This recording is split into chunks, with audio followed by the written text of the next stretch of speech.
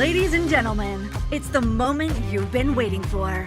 Peak IDV Live is starting now. I'm pleased to introduce your host, Steve Craig, founder and Chief Enablement Officer of Peak IDV. Take it away, Steve. Hello, everyone, and welcome to another Peak IDV Live. This time, Peak IDV presents the Deepfakes and Synthetic Identity 3-beam live stream with the Prism Project, and I'm super excited about today's programming. Let's kick right off by introducing our host with the most here, Maxine Most. Welcome, Maxine. Oh no, the hostess with the mostest. It's followed me around my whole life. Oh no, sorry about that. We'll just leave that one to the side. How are you today? Well, Steve, I'm really glad to be here, especially because my voice is actually working. I had lost my voice yesterday and basically was whispering.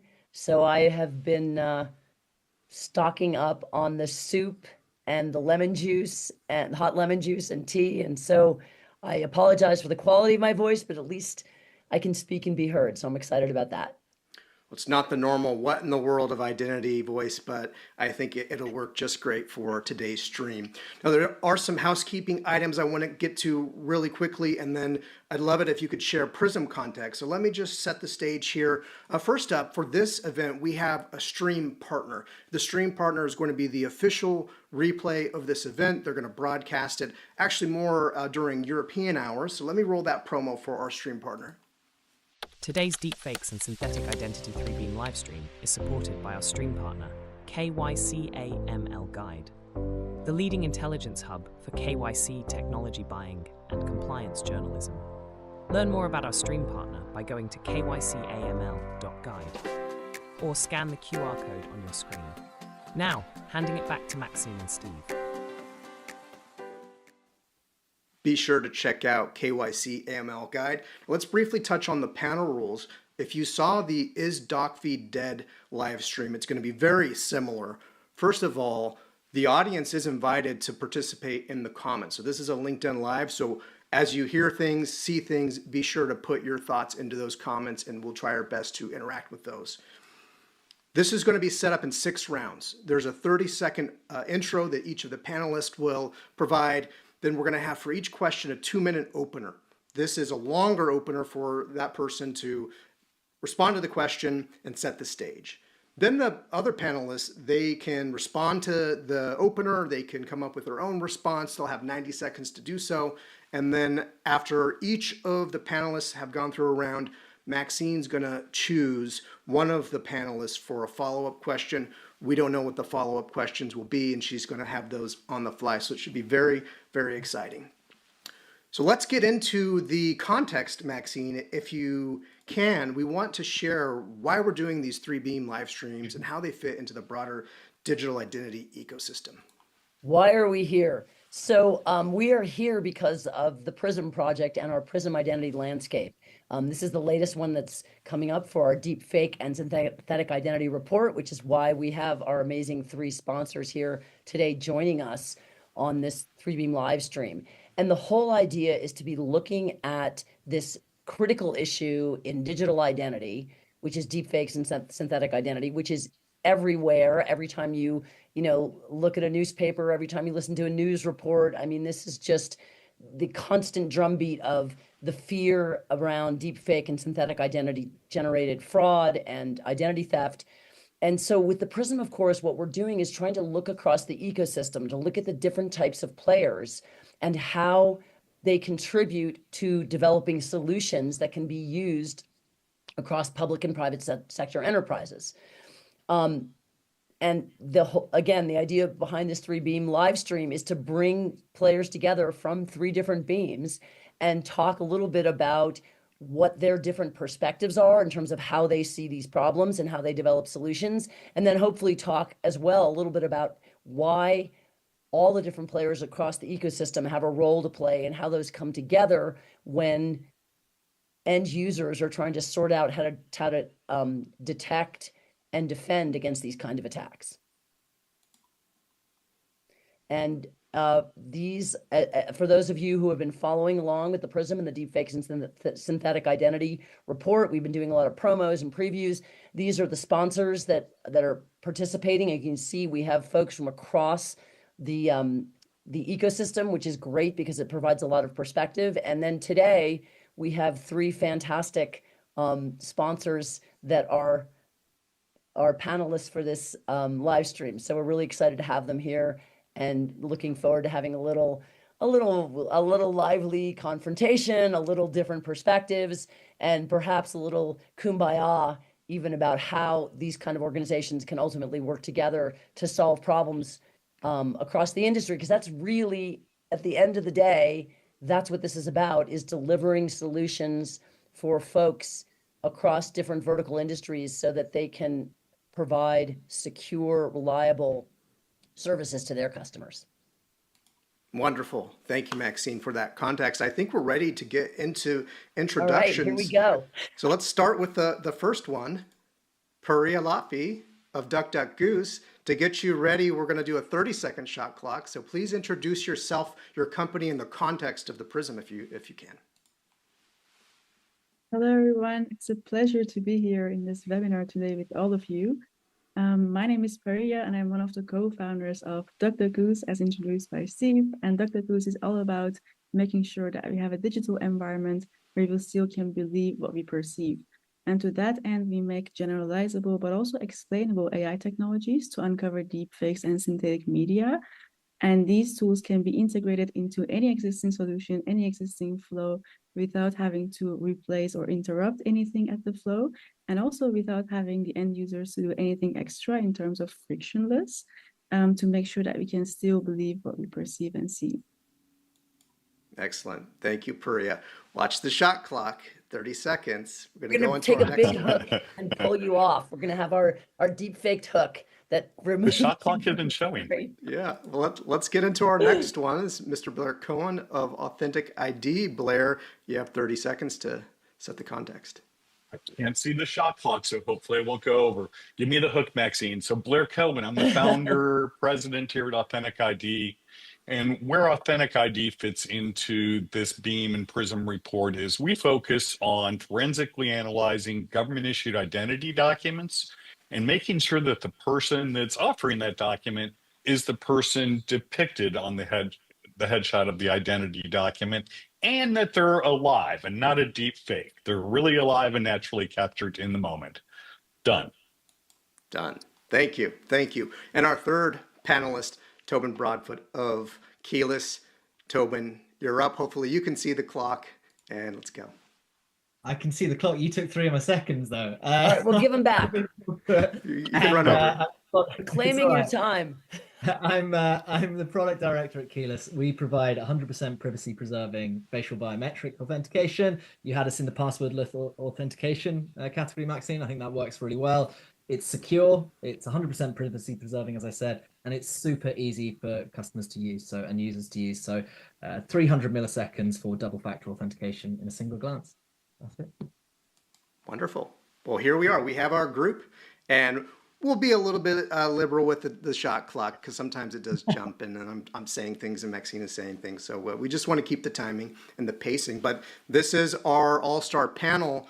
Maxine, would you like to kick us off with the first question? Yeah, and this is for Priya. If, as you said, if seeing is no longer believing, or you want to focus on perceiving is believing, can society really rely on digital identity, or are we approaching a digital trust apocalypse? I think the rise of deepfakes has definitely shaken confidence in digital media and also digital identities. And in fact, that the reason behind that is when anyone basically can create a hyper-realistic fake video or fake picture of someone else, it feels like digital apocalypse indeed, as we said, or apocalypse, excuse me. And in that sense, it's indeed really, I think, for also the users out there, but also institutions using this type of technologies to be able to make sure whom they are dealing with. It definitely feels like there is indeed something going on.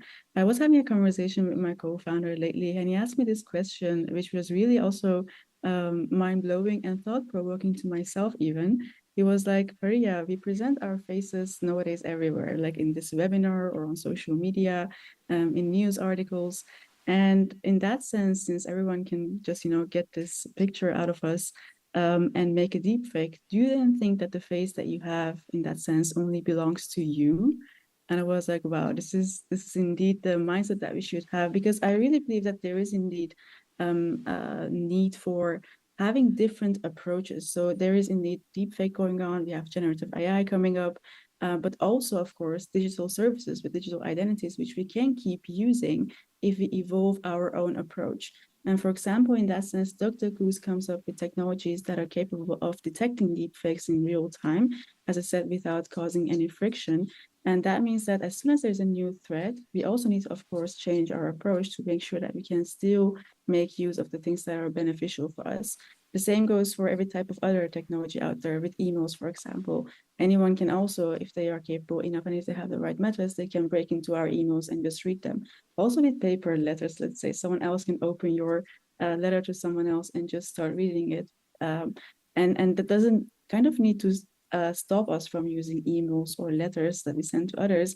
It just means that we need to evolve our approach. We need to kind of come up with defenses that make it indeed possible to be able to stay using these type of also beneficial technologies for us, such as digital identities.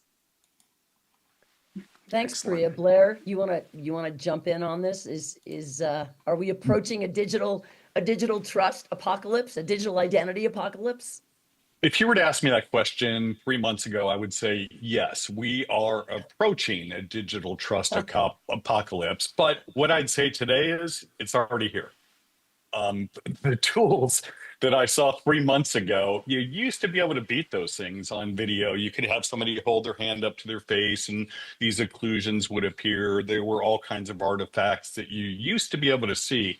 I tried 2 new tools last week and I found none of that. When I had somebody move their head at weird angles or hold their hand over their face, those artifacts were no longer there. They were completely clean and it looked perfect. So you can't trust Zoom calls anymore. I saw an article yesterday where 71% of applicants for a position turned out to be, turned out to be fake, actual fake people, and they weren't able to recognize this during the Zoom call. It took 3, 4, 5 different interviews before somebody was smart enough to recognize that something was a little bit funny. So yeah, I think we're gonna have to go back to in-person interviewing. Okay, that's a little bit scary. Tobin, what do you think? That's interesting Is the perspective. apocalypse here? Well, no, I don't think so. And I mean, Blair, so Priya, I totally agree with you. Like, things are evolving. Blair, I agree with you. There's some crazy things that we're starting to see, and within the last, I agree with that time frame. It's like week by week right now. But I don't think we're in a digital trust apocalypse. Like, how many millions of transactions probably took place today? How many millions of identity verifications from, I'm sure, your services, our services? Like, it's a lot of good things are still out there, and a lot of trustful things are happening. But I agree with Perea, like the threat is evolving and we have to continually evolve. And I think we're having to think faster than we ever have before. So I'll agree with you there, but I don't think we're in the middle of a digital trust apocalypse because I'm still transacting on my phone. I'm still authenticating on my phone. Like, we're okay from that perspective. The only other thing I'm going to say on this point is just, I think the question included like relying on just digital identity. I don't think we should ever rely on just digital identity. Some people who are members of society don't have a smartphone, right? Don't want to interact digitally. And there should always be options out there. And actually having those sort of non-digital fallback methods, the in-person interview, those are actually also great in the digital identity sphere because there's always a fallback where you can go in person as well in some instances. So we should never think of it as one thing or the other only. So yeah. All right, Tobin, I'm going to come back to you with something Perea said because this was really, it stuck out to me. She's like, do we even own our face? I know. Like that concept, right? How does that relate to living in this world of digital transactions? Like, you know, if, as you're saying, right, there's millions of digital transactions are happening every day, but if our face is out there. Like, how do we own that? What does that mean? Do we need to take new steps to own our face? I mean, how does that work? I think what we need to think about is what's important within that ownership. And I think, I've been in this industry a long time, and so have you guys. Look, there was a time where we used to ask for an ID, and then we'd ask for a picture that matched. And we didn't think that people could just zoom in on the exact same face that was already on the ID. Like, it was very basic, right? There was some bad mistakes made in the past. Now what we have to do when it comes to face ownership, it's not just how your face looks, because clearly Maria says people can get an image of your face, but it's also the inherent liveness detection. Keyless, we pair with a device so that the authentication can only happen with that device and that face at the same time. So it's like what your face looks like plus is the actual human behind the face there right now. So I think that's the change that's coming. Is it's not just about what my face looks like. As Steve has shown this week, he can do lots of things with our faces, right? So it's not things are happening to our faces without our knowledge. So yeah, for those of you that don't know what Tobin's talking about, if you haven't seen them, we've been sending out our promos in the form of post-apocalyptic movie posters. So we encourage everyone to go back in LinkedIn and take a look at those. We'll post those as well up on the Prism Project website and link it maybe to the live stream live streams on as we keep them on LinkedIn. I guess we have a place that we store them, Steve, or we'll store them on the Prism Project. Anyway, okay. Absolutely. Well, that was a great first round. I think we're getting a flow. So I think we're ready for our next question round. And Maxine, it is up if you want to take us away on this question. Yeah, this is for Blair to start with. So solution provider narratives focus on this escalating use of deepfakes and fraud attacks. And you just talked about that, literally how in the last 3 months, the scale and scope has changed. So I guess maybe I know the answer already. Is this overhyped? Or do you have real world data that actually backs up these claims? Yeah, we have real world data. We have our own, and we have other data. I think, Steve, you were at the Better Identity Coalition back in DC, earlier this year. There was a statement made there that deepfake attacks had increased over 4,000% year over year. Our own numbers are a little bit lower. We're right at about 1,700%, but I don't think it's overhyped. We are seeing a dramatic escalation in attacks and a dramatic escalation in the ingenuity with which the attacks are coming. It used to be, the old stuff, just deepfake, they were holding up to the camera and that kind of thing. But now they've figured out that Korea's technology and our technology and a lot of other technology, that's table stakes. We're able to detect any sort of video replay, picture replay of my face, all that kind of stuff. We've got stopped. What concerns me is injection attacks. And I think all of us have come a long way in preventing injection attacks from happening. I think there's still a little bit of work to do there. But when an injection attack happens, we don't get all the signals and all the data that we need to be able to detect that this is a deep fake attack. So that's really, it's not so much about being able to detect the artifacts and the fact that this isn't a real person naturally captured in the moment. That's the real frontier, is injections and how to stop those completely. If you've got a solution like Keyless where they're pairing that with the device, you can control that capture and you can prevent injection attacks. But, a lot of customers, we deal a lot with the government, for example. And with the government, they want to have everybody have the option to be able to get through the process. So they actually allow uploads of identity documents. That's an attack vector that I would not recommend anybody pursue. No uploads of any images. Okay, interesting. Priya, you want to jump in on that question? Yeah, sure. So indeed, also from the DuckDuckGoose side, we have our own data. We see data coming up from the outside world as well. I would say in our case, when focusing, for example, on the use case for digital identities within the banking and the financial sector, we have even seen that data that comes in on a daily basis with selfies and document pictures of people who want to open a new bank account can be a deepfake for up to 10% even of that data coming in on a daily basis, as I said. And this is all to also due to the emergence of fraud as a service out there. You can make your deepfakes yourselves, but if you're just, want to also use the result of the deepfake technology, you can go out there and buy literally a lot of deepfakes, hundreds of them maybe, for a small amount of money. Go ahead and try your injection attacks, reply attacks that you want to perform, and see where you can, spoof the system.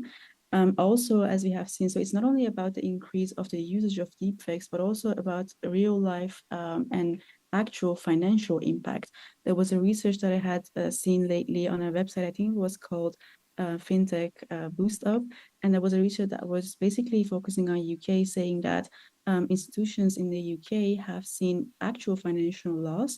And some of them have even seen up to 10% of the revenue getting lost because of financial fraud actually happening. And also really agree with Blair on injection attacks. That's what actually also at DuckDuckGoose we see that a lot of companies, but also governments want to make it as easy as possible for the users to be able to upload their data or present their data. That's why you have this upload option or the web-based option that you can go to your browser if you don't have a smartphone, for example, and then give your data there to the government organ that you want to work together with.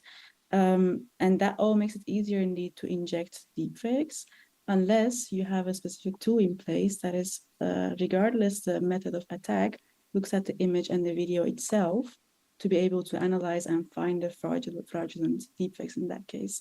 So those are my 2 cents.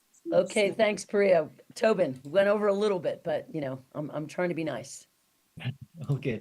Yeah, really interesting thoughts. And I think the fact that injection attacks came up in both your answers is spot on. And I think you used the word frontier, Blair. I agree. Like there's a lot of hype because now we're seeing these kind of videos emerge, and oh look, you can create. I seem to see the same Polish passport like pop up all the time that keeps on getting. I have no idea why it happened to be a Polish passport, but it's definitely happening, and we can see the same kind of increases in percentage-wise intact happening that both the other respondents mentioned.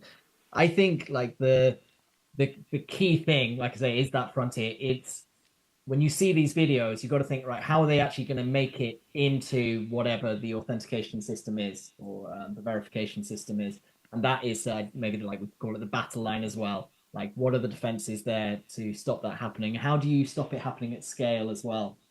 And there's so is it overhyped? I don't think it's overhyped because it's an increasing threat, but I still think because we've been dealing with injection attacks for a long time, I think our defenses are still pretty robust as an industry, but we're on high alert for sure.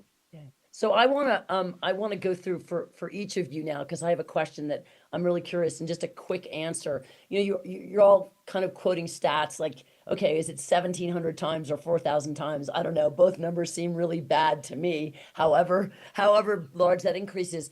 But do you feel like it would be valuable, because a lot of individual vendors are publishing these stats on their own? Would it be valuable to have some more sort of unified, standardized testing and analysis that where we could get some idea of where the data actually stands, and whether that means would individual vendors blindly contribute data, or would there be some other means to actually provide some unified statistics across the industry? Do you think, so very quickly, do you think if we could do something like that, it would be valuable? And would your organization be willing to contribute? Priya. Yeah, for sure. I would love to have such a thing in place, because indeed vendors come up with a lot of data, which is also really good. But if you look at the end users, being banks, crypto platforms, or even gambling platforms, they don't know actually to what extent their own platforms are being attacked by deepfakes.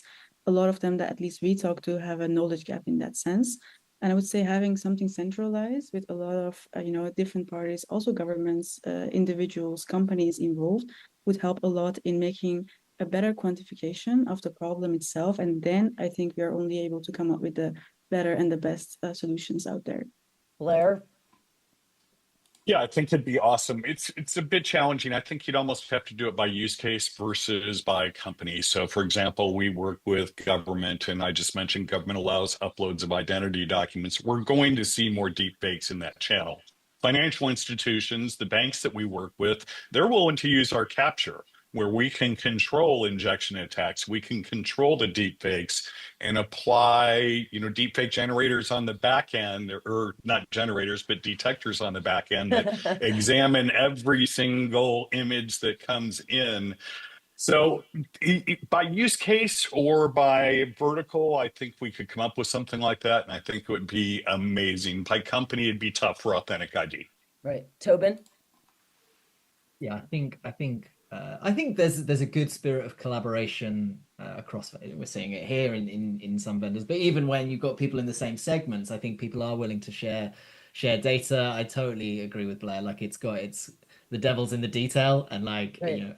I'm sat on the European continent where we've got things like GDPR that sometimes get in the way of these things. But yeah, in principle, I think there is an openness and willingness to do that and to beat the fraudsters.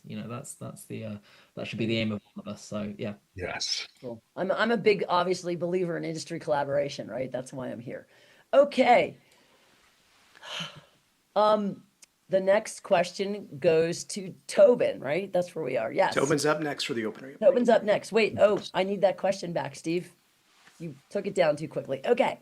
Some experts claim we can't fight AI with AI. Do you agree or disagree? And what is your perspective on this escalating deepfakes arms race? Okay, just give me 2 seconds. I'm gonna just type that question into AI and get a good response. ChatGPT. Exactly. It's just coming up now. Yeah, I mean, we can fight AI with AI. We already have been for a long time. I mean, AI is a hugely broad term. I think Priya and DuckDuckGoose are very specifically with kind of AI models to detect deepfakes. Like that's right in your wheelhouse. So like, yes, for sure, but you'll come on to that. But I think any vendor in this industry that's still surviving is collecting lots and lots of data and using machine learning and iterating and iterating and iterating again to make it better and better and better, and doing things like using AI for, as a kind of red team to test those defenses. Like for sure, computers and AI and machine learning are very useful in the fight against fraud. And now as AI generates these deep fakes, it's a powerful tool. But no one, I don't think, in their right mind in this industry is suggesting that's the only thing you should use to fight against AI and deepfakes. And we've already talked about things like how are you spotting for injections attacks. Root detection is something that we do as well, jailbroken devices. And also to make sure that, you're combining other types of data, perhaps behavioral biometrics, perhaps this, blah, blah, blah, blah, blah. It goes on and on. I think the AI is a very useful tool to fight against AI. I mean, I struggle to see why. I don't see a good argument to say that you can't fight AI with AI, but it's one tool in the toolbox. That's where I'm at with this one. Blair, what do you think? We're not going to have as much controversy on this answer, Maxine. I don't know. I don't know who the experts were that said you can't fight AI with AI. Marketing people, they can't be real biometric experts because it's really the only way that we're going to be able to detect these anomalies. What concerns me a little bit is ongoing AI regulation. I'm hopeful that we don't get handcuffs put on all of us fraud fighters, and limit the way that we can use AI due to regulation, because we can count for sure that the fraudsters won't abide by the regulations. They won't abide by the rules, and they'll get further ahead of us. So I hope we can continue to use AI to fight these AI attacks. I'll give a bunch of time back. Yeah. All right. You can catch up next time, Priya. Yeah, for sure. Totally agree with what is already being said here. I think we have no other choice. When it comes to deepfake generative AI, the unaided human eye is just not able to catch those types of picture realistic results. And we should have AIs in place that are capable of helping us in that sense. There is indeed also things that we need to pay attention to, such as how does the AI system operate? Is it explainable enough for the human beings to understand what they're looking at and what kind of results they can expect? Is there any bias involved? So questions like that we also actively need to answer. And I would also say recently, with some interactions that we had with the financial institution, legislation can help a lot in the adoption of deepfake detection technologies in that sense, but also it can be something that can be blocking the way, basically. When it comes, for example, as Blair already mentioned, fraudsters, they don't comply with any legislation out there. They just go there, try out their methods, and they succeed in most cases as well if they want to. When it comes to having an AI system that is trained to catch deepfakes, there can be some challenges that are put on us because of legislation. And that can kind of indeed make your AI system progress more slowly. So there needs to be, I think, from my personal perspective, we need to find a balance between legislation, those type of AI challenges such as explainability, generalizability, and the bias, and how we can use it effectively to commit basically prevent fraud from happening in that sense. Well, that's great because it's actually, you guys are giving a little preview of the second Prism report of 2025, which is going to be on privacy and regulation. So stay tuned for that, folks. Blair, you know what? I want to ask you, just because I've known you for so long and I know you've been around this industry for so long, share a little enlightenment about how the biometrics industry has been using AI for some time, that it's not new to us. Because I think a lot of people act as if, oh, AI is new. We just started doing this. And yet in the biometrics industry, we've been training AI algorithms for a decade at least, right?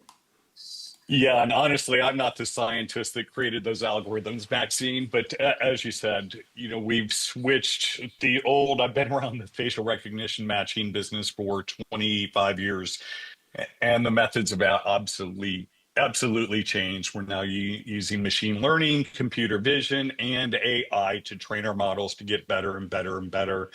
Korea mentioned earlier that it's super important that we don't have bias in any of our AI.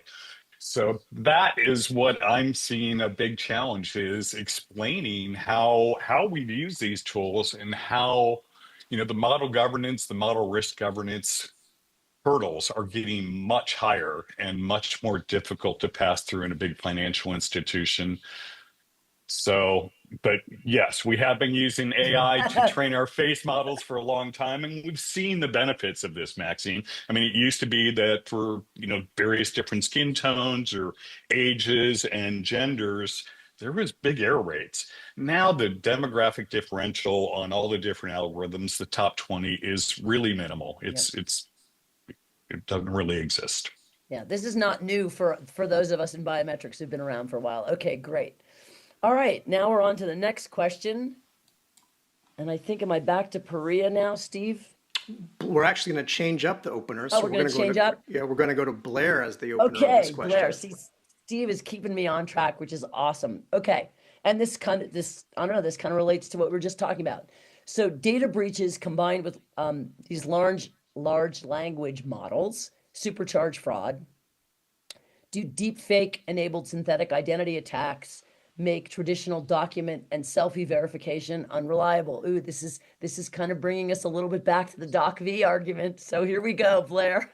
Yeah, this is a touchy subject for me, you guys. Come on now. Why do I get this question? I think what it's done is made it mandatory now because you can no longer trust what you can see. So many companies are manually looking at identity documents, manually looking at faces, or doing video interviews. And I don't think those techniques work any longer. Has it made it easier for bad actors to scale? Ria mentioned fraud as a service. Yes, for a small amount of money, 10 cents a piece, you can create 1,000 different identity documents and massively attack. I think it's just going to be much more important. I know that AuthenticID and several of our competitors are equipped and able to stop those attacks, to detect those attacks. There's always tiny little errors that are made. And we can see those. It's just, is it unreliable? Yeah, it's unreliable now for a human to review these things. It's just made it mandatory to use a company like AuthenticID to examine documents and faces. Tobin, what are your thoughts on the reliability of selfie-based verification? Because everybody now seems to be, people who think they don't understand anything about biometrics or don't know what that word means are doing selfie verification when they're logging in or, you know, setting up accounts with the government or financial service institutions. What do you think? Yeah, I referenced it. I think supercharge is a great word actually to use in these questions because yeah, it's a multiplier. It means that attacks can happen at greater scale.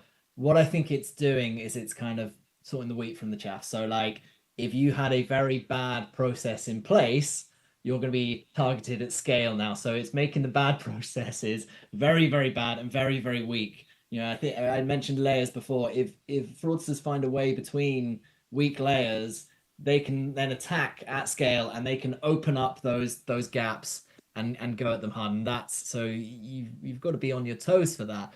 But the strong authentication systems or verification systems are still very strong. And it doesn't really, you know, you can do something at scale. If you're not getting through, you're not getting through still. So I think, yeah, it's certainly sorting out, and I think some organizations out there are rightly worried. But you know, the good news is there's lots of vendors out there who are going to be able to help and are wary of the threat of deepfakes, wary of what that can bring, but are ready to fight that challenge because, as you guys said, it's been a challenge we've already been fighting for a long time. So we're pretty well prepped for it. Maria, how is DuckDuckGoose helping companies deal with the supercharging of this selfie verification fraud that's happening? That's actually in our core and in our DNA as well. So maybe one funny and also really eye-opening example that I can mention is that lately we're monitoring some data that is coming into our APIs for analysis, and of course on that we also do some monitoring to understand what kind of threats are coming in. And there was one specific user who had the picture of a passport. I think it was a Dutch passport as well. And exactly everything about the picture and the passport document was the same, except that in the consequent 20 plus applications or submissions of data for different account opening procedures, you could see the same passport picture, exactly the same setup and the context, but then every time a different person's face on the passport, which was face swaps, I think. And then every time you had also the same person as on the passport taking a selfie. So that was for us the ultimate example of synthetic identities being used. Here, the passport itself looked real, but then of course the picture of the person was changing the whole time. At DuckDuckGoose, we actually purely focus on this selfie part and the person's picture on the passport to be able to say if it's a deepfake or not. And in this case, they were all fully generated synthetic faces that they had made, and then with a couple of variations on the hair and the skin color, they tried to kind of create different people. And that's actually what we catch to make sure that there are no synthetic identities slipping through the system. You know, this is so interesting, Priya, because one of the things that we're doing in the upcoming deepfake and synthetic identity report is creating this, what we call a cluster classification diagram, that basically looks at the different ways that deepfakes and real images and real data and synthetic identity data can actually be combined to commit different types of fraud, because there's a lot of complexity into how these different technologies can actually be combined together. So now I want to add another layer on top of that. I'm going to go back to you first, Priya, on this. We're hearing a lot now about human and non-human identities, and people are talking a lot now about how we're going to have all these agentic agents doing things for us on the internet, like paying our bills or filling applications out for us, or, you know, maybe following up with the passport office. So how are you thinking about that complexity that's going to be added to this soup of fraud that we have to deal with? This is very interesting and also really sci-fi in that sense. So the posters that Steve has been making are really suitable for this context. It's also, I've recently seen a tool as well that kind of makes your Zoom avatar, and you can, in that sense, at the same time participate in multiple webinars like this, and you can also go ahead and talk as you normally do. But then you yourself, of course, don't need to be sitting in front of your webcam. So it was really interesting to see such things happening. Also, you need the agentic AI hype coming up. I would say not every deepfake or not every AI made content or action out there is malicious. That's also one of the aspects that we have been thinking about at DuckDuckGoose for a long time. Let's say, for example, that a tool gets integrated into a social media platform such as TikTok. On TikTok, you have a lot of AI made content, like the voice of a video or the filters that people put on their faces, which are usually not with bad intentions and not damageful either. And the question in that sense will be, do we then need to analyze and detect every deepfake out there, regardless the context of it? Because then you'll have this problem of huge data streams and volumes coming through you or to you in that sense. So I would say it's really important to take the context of something that you would like to detect into account as well. But that's, again, a challenge on itself, because how would you then gather data to train your systems to understand the context of a harmful or normal innocent deepfake or AI agent, let's say. Interesting. Blair, Tobin, either one of you want to weigh in on this? Yeah, I think what you said, Priya, like the context is everything here, right? Like what your level of, like, do you need a high level of assurance? How much is the deep fake a threat to you? And then create your processes from there. Like Maxine, you talk really well about this, like matching like the right process and vendor for your particular need and industry and use case and what you're asking the user to do. That's the key to this. It's not the kind of apocalypse, like I said, but you've got to figure out what your process is, what the threats are, and then react accordingly to that. That's the advice I give here.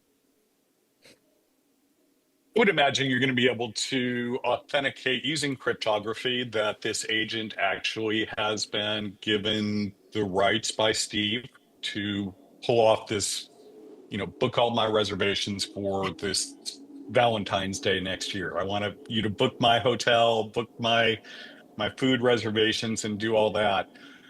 It's going to become interesting. So how do we authenticate what that agent is able to do on your behalf?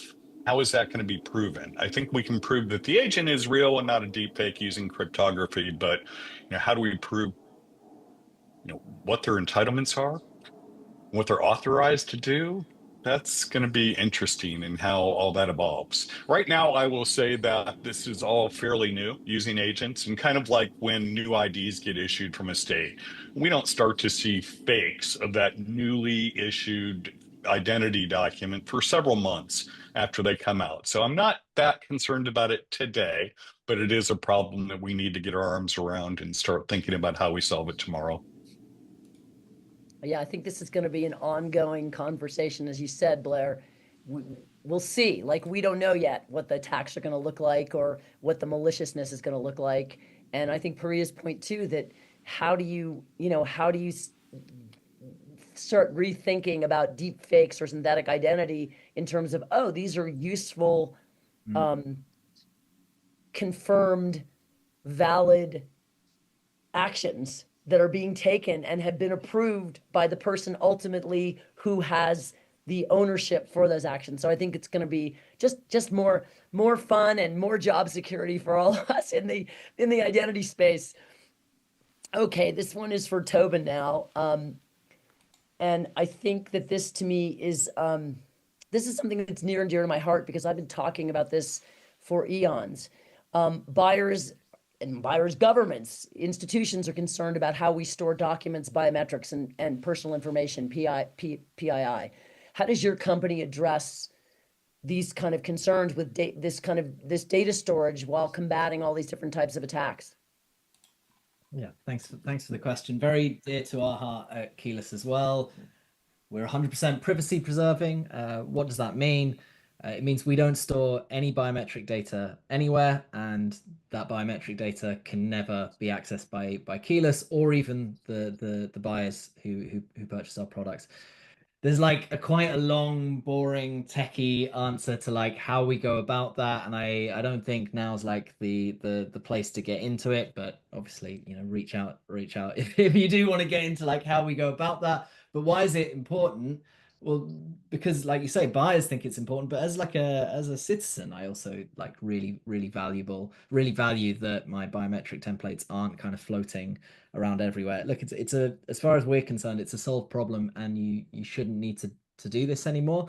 The last thing I'll say on it as well, though, to try and sort of make it relevant to everyone here, is when it comes to authentication, the method we do, the kind of privacy by design, where we combine like face and device, so that it can only be that person on that device that produces something that guarantees that it's that person on that device. And we call it zero knowledge biometrics, but we don't ever actually see the biometric template.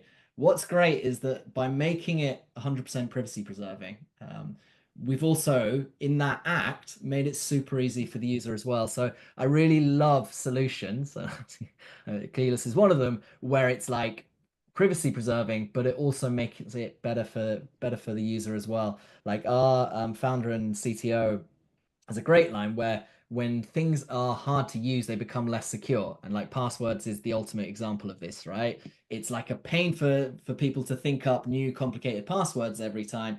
So they start reusing the same one, which increases the threat as well. So yeah, I think if you can strike that balance between privacy and usability, you're onto a winner. And yeah, it's resonating with the market as well. Well, it's interesting too, Tobin, because as you're talking about, yeah, when the passwords get more complicated, you write them down on a sticky note and stick them on your computer, exactly. right? And I will say this because we have a lot of people I think who are going to be watching this live stream, who either in real time or on replay, that may not be terribly have a terribly deep understanding of the technology or biometrics. And what I want to say about what Keyless is doing just in general is their approach is sort of a real-time, on-demand generation of what I call, a biometrically derived key. And so basically when Tobin's talking about that, it's like, that's why they're not storing it, because they're doing it in real time when you want to transact, and then you don't have to keep that data anywhere. So just to give people a little I think that's more context for what you're doing, because I think it's important. Okay, Paria, talk to us about your perspective on data management and how that impacts DuckDuckGoose's choices in terms of how you're deploying technology. Sure. So of course, data owners and customers have understandable concerns regarding, of course, their data and their privacy. At DuckDuckGoose, we never store data unnecessarily in that sense. We actually, as Indeed also stated, there is real-time analysis going on, and then also immediately after, data is gone within our systems. So that's basically designed also to have data minimization principles at place. We only analyze selfies in this case, for example, also passport pictures with the person's face on it. And aside from that, nothing else, to make sure that there is not unnecessary data coming in that can also cause bigger dangers once there is a data breach, for example. We also, of course, have strong encryption and security measures in place, and privacy by design has already been one of our core beliefs and also core tasks from the start, since we are working with biometric data. We also never, as I said, train on customers' data. So some AI vendors and algorithms need real-time data that comes from the customer in order to be able to adopt and learn from it. In our case, we never do that, because that's, first of all, dangerous. Second of all, it's also not so privacy friendly in that sense. We make our own data to basically train our systems, our algorithms on it. And yeah, as I said, it's indeed being compliant to the government frameworks that we have here in Europe as well, such as GDPR and the others, to make sure that we operate privacy friendly. So Blair, I'm going to change it up a little bit for you, because I know you, I know AuthenticID, and I know that AuthenticID for kind of really burnished its reputation in some ways by being able to catch serial fraudsters. And so I know you guys take a little bit of a different approach in terms of how you are using and managing biometric data, even though obviously you're bringing a lot of privacy and security principles to that process. So can you talk a little bit about that and how you think about data and how you feel like it needs to be used in order to really be able to combat the fraud that we're seeing, which is obviously accelerating and is often done, with these high velocity kind of attacks? Yeah, I'd love to. There is going to be some controversy in my answer this time. So unlike either of the other panelists, we definitely store data. We store very sensitive data. In some cases, we've had some of the telcos data for as long as 4 years. And what that opens up is something pretty remarkable from an ROI standpoint and from a customer experience standpoint. I'll just give you a couple of examples. So one of our customers is very proactive about putting people in their bad actor list. If you've come in and frauded them, they've decided they never want to do business with that customer again. Well, how do you prevent that? The only way to prevent that, because you can say you are whatever you want to be with all the data breaches that have happened out there and get right through a system. So they're throwing both the biographic data from the identity document and the biometric data, their face, into this bad actor list. Every time that we scan an ID, we're scraping the data from the document, scraping the headshot from the document, and we query what we call Fraud Shield to see if we've seen that person before. And we have seen the same face on as many as 300 different IDs over a very short period of time. So it's proven quite effective. This customer today has over 72,000 bad actors that they put into this fraud shield. And last year, they got attacked by those same repeat fraudsters 69,000 times.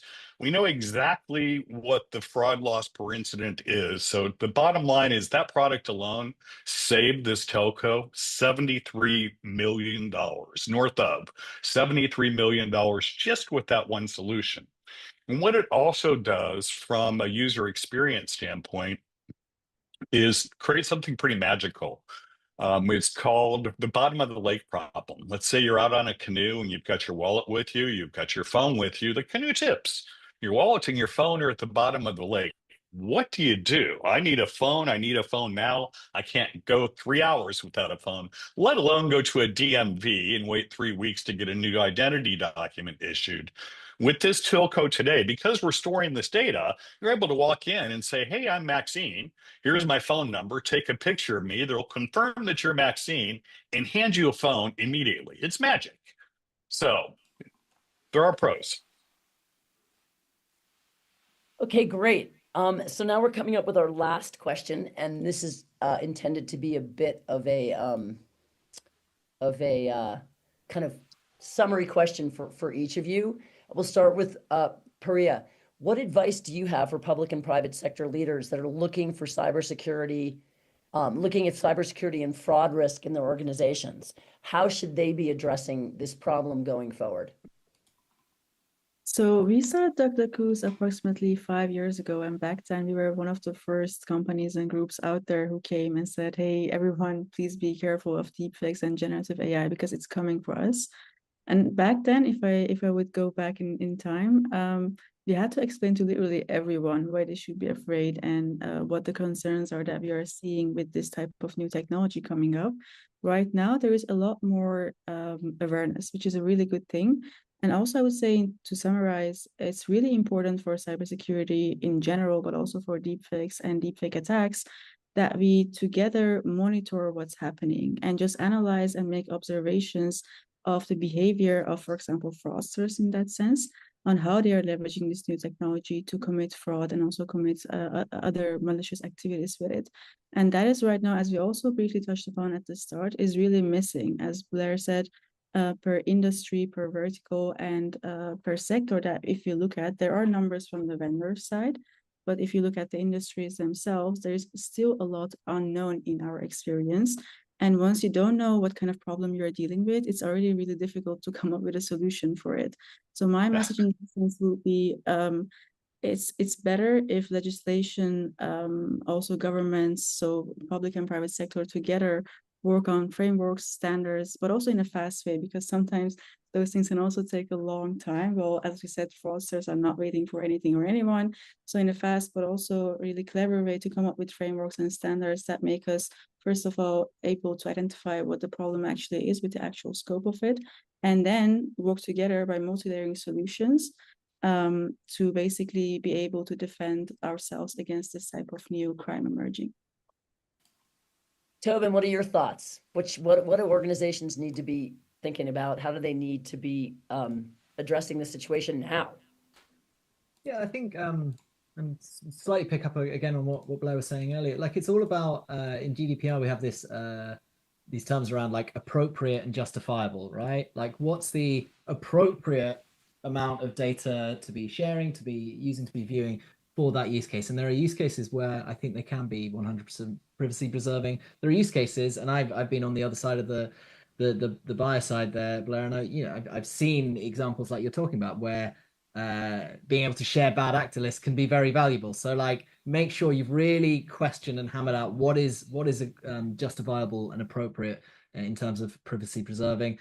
Outside of that, like if we're just talking about what approaches should be taking to win the fight against bad actors, like make sure it's super usable for users, because like I said before, when it's hard for users, that makes it more inherently insecure. So like really focus on that usability and inclusivity as well, because I think that comes with lots of benefits as well. And make sure it's secure by design as well. I've talked about some of the ways that Keyless do that, but again, where we make it really easy for customers also makes it super secure, and how we combine face and device in our case, but how other vendors do it as well. I think it's really just be really conscious of privacy, usability, and security in the processes that you have when it comes to biometrics, and that should lead you and land you in a pretty good place in the fight against deepfakes that we've been talking about today. Blair, you want to wrap us up? It's a layered approach. I mean, the attacks are coming from every single channel out there. Starting with passwordless would be a really good start. The way the Keyless has implemented their passwordless, I love. I mean, there are no secrets to steal there. That's a good start. I'm very concerned about the voice channel today. I've seen dramatic improvements in the tools. It used to be that it took 30 minutes of listening to my voice to reliably replicate it. Now it takes 3 seconds. And humans are the line of defense in most cases. And I think humans are really poorly equipped to identify a deepfake image or a deepfake voice. So rush as quick as you can to implement tools like all of us offer here and others in the industry do that can detect these deepfake generated images and voices. Your people can no longer do it. You have to embrace tools today. Final follow-up, Maxine, before we close out, or do you want to close out the session today? I just want to say, as I'm listening to these folks talk, and obviously there's a lot of agreement here today, but are some points of difference. And I think what's so important is that when you're thinking about trying to deploy this kind of technology, that you really understand the problems you're trying to solve. And that one of the things that I think is so useful, going back to the Prism again, is to have the sense of, there's not one solution. There's not one vendor. There's not one single stop. When we're thinking about how we're going to be able to address cybersecurity and fraud going forward, we have to think about, again, defining our problem and then understanding how different solutions address those problems, and how do you build something that's going to work for your organization, whether it's the identification and authentication of customers, whether it's internal security with your own staff, whether it's hiring, which came up today, or whether it's dealing with partners and other business entities. You have to really be thinking about what are the problems you're trying to solve, and how can different technologies across this ecosystem help you build a solution that's going to actually be really useful for your organization. And in most cases, that means starting with maybe one set of problems and trying to get this technology to work effectively and really begin to develop some internal expertise, and then think more broadly about how you can take advantage of all these different capabilities so that you can secure your organization at every potential against every potential threat vector that's coming your way. It's a great way to close out. We're right at time. Paria, Blair, Tobin, thank you so much for participating in this event. I learned a ton from you. So thanks, and we're going to sign off for the day. See you.